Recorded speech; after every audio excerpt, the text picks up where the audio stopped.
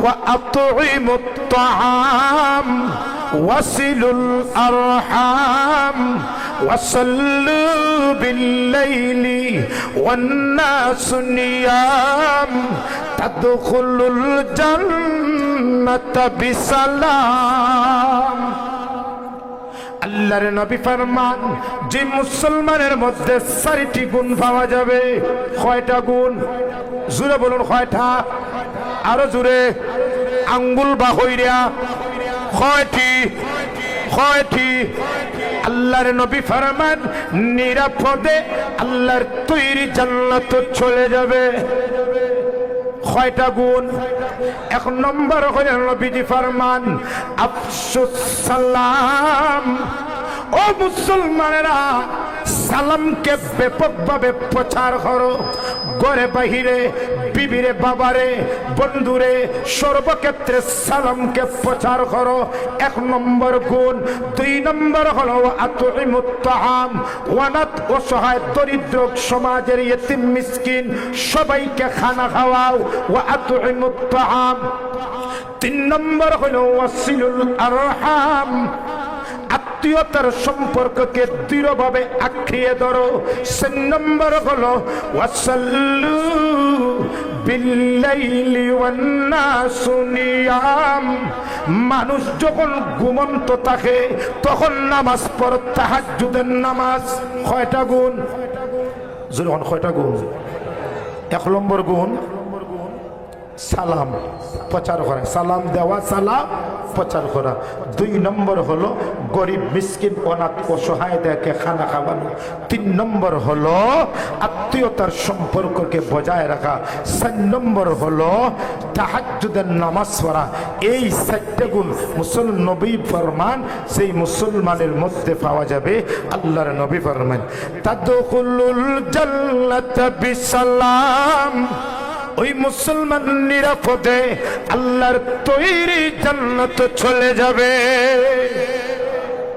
এই 4টা গুণ বাস্তবায়ন করবেন তো ইনশাআল্লাহ? জোরে বাস্তবায়ন করবেন তো ইনশাআল্লাহ? শুধু তাই না,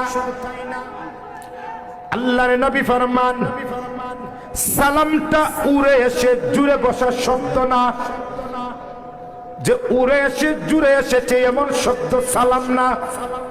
হযরত আদম আলাইহিস সালাম থেকে নিয়ে সালামটার সূচনা হয়েছে। মাশাআল্লাহ, খারিশা হুজুর আইছেন, আলহামদুলিল্লাহ। যত সময় হুজুরের বয়ান হবে আপনারা সবাই বক্কা চমৎকার বয়ান ইনশাআল্লাহ যত সময় হবে। আর যত সময় আমি আমার আলোচনা শেষ করি ইনশাআল্লাহ, সবাই আমার দিকে তাকান।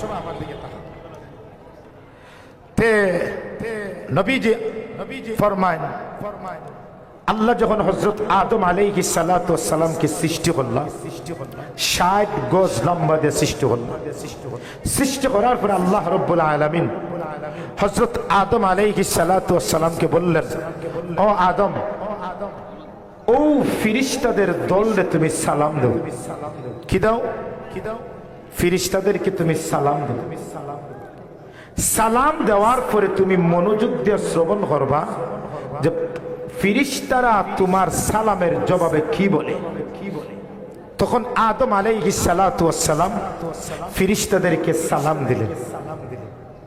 ফাকাল আসসালামু আলাইকুম।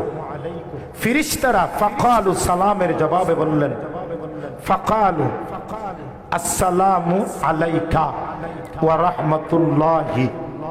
নবীজি ফরমান, ফেরেশতারা উত্তর দিতে গিয়া একটা শব্দ বাড়াইছে, ওয়া রাহমাতুল্লাহ। আল্লাহ বললেন, হো আদম, তুমি যে সালাম দিয়েছো আর তোমার সালামের জবাবে ফেরেশতারা যে উত্তর দিয়েছে, এটা তোমার এবং তোমার সন্তানদের সালাম এবং সালামের জবাব। ওই থেকে এই ধারাবাহিকতা, নবীর এই আদর্শটা আমাদের পর্যন্ত চলে আসছে। তাই সালাম গুড মর্নিং এর মতন উড়ে আসা জুড়ে বসে কোনো শব্দ না। তাই সালাম গুড ইভিনিং, গুড আফটারনুনের মতন উড়ে এসে কোনো জুড়ে বসা শব্দ না। তাই সালাম গুড নাইটের মতন কোনো উড়ে আসা জুড়ে আসা শব্দ না। সালাম হলো পৃথিবীর সর্বপ্রথম অভিবাদনের শব্দ এবং ওরা সালামের উত্তরটা হলো পৃথিবীর প্রথম সালামের জবাব। ওখানে নবীজিকে একজন সাহাবী সালাম দিলেন, আসসালামু আলাইকুম। নবীজি সালামের জবাব দিয়ে বললেন, আল্লাহ তার আমলনামায় 10টি নেকি দান করেছেন। আরেকজন সাহাবী নবীজিকে সালাম দেয়, আসসালামু আলাইকুম ওয়া রাহমাতুল্লাহ। আরেকটা শব্দ বাড়িয়ে নবী উত্তর দিয়ে বললেন, আল্লাহ তার আমলনামায় 20টা নেকি দিয়েছেন।